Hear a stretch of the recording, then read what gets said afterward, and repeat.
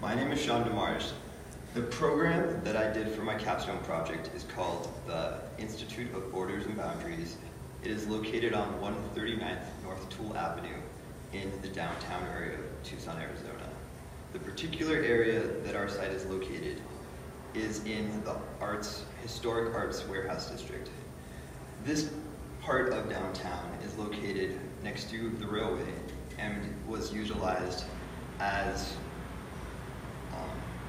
warehouses where goods would be either dropped off or shipped out of Tucson.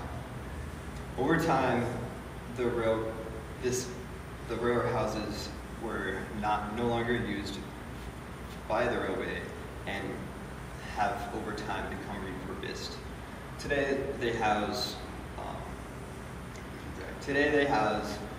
arts warehouse, like arts and crafts, outreach programs, art outreach programs, breweries, lawyers, and clothing.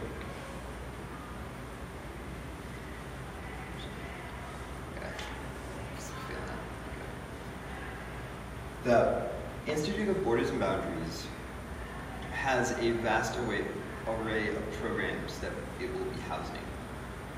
The goal of the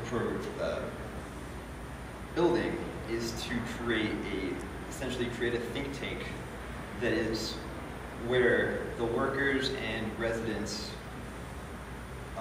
and the community can work together and create new ideas and kind of work together for the better good of the community, as well as outreach to surrounding communities.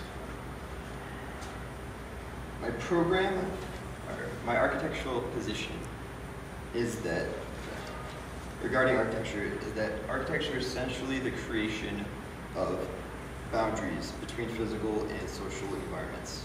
Each wall or threshold is a response to the environment, which creates a point of interaction that is experienced by the user. The project is essentially shaped by four things. The first one is the railway, which is located north to the site. The railway represents a static border and represents something that will never move. It is a permanent border. It is always there. To the south of the site is the street. The street represents kind of a fluid motion. So the street has many different uses. It doesn't just house cars. It also has parades. There's events where it gets closed down.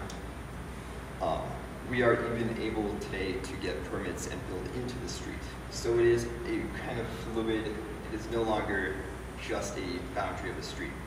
It can be used for many different things. The third one is the social and cultural kind of culture surrounding the site. So it's in the arts warehouse district. There's a lot of programs that are housed in that area. There's also a lot of outreach events and like art events. And then the fourth is the surrounding architecture. So the surrounding architecture is made up of essentially warehouses.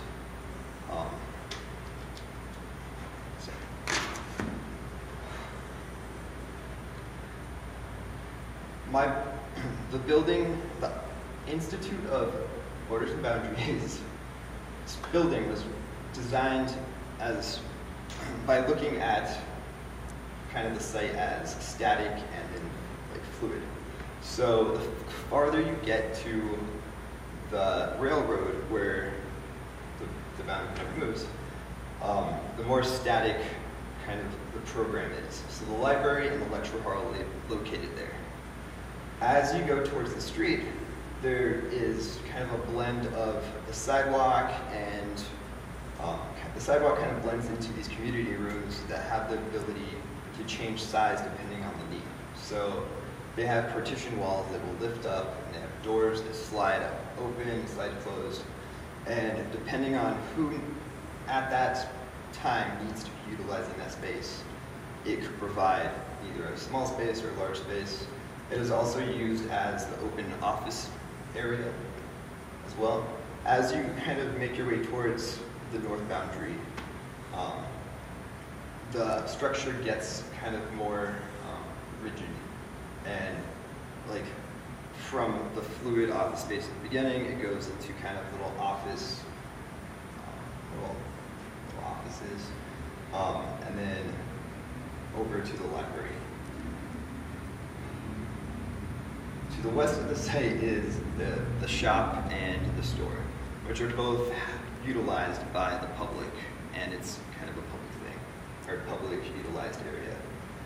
There is also on this property residents that take care of the building and also provide research.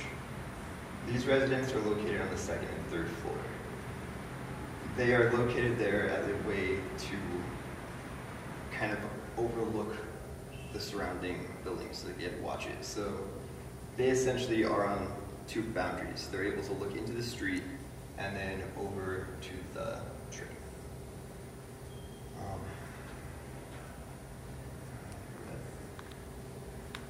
The library and lecture hall structure was derived from looking at like a static structure, the most static structure that it could be.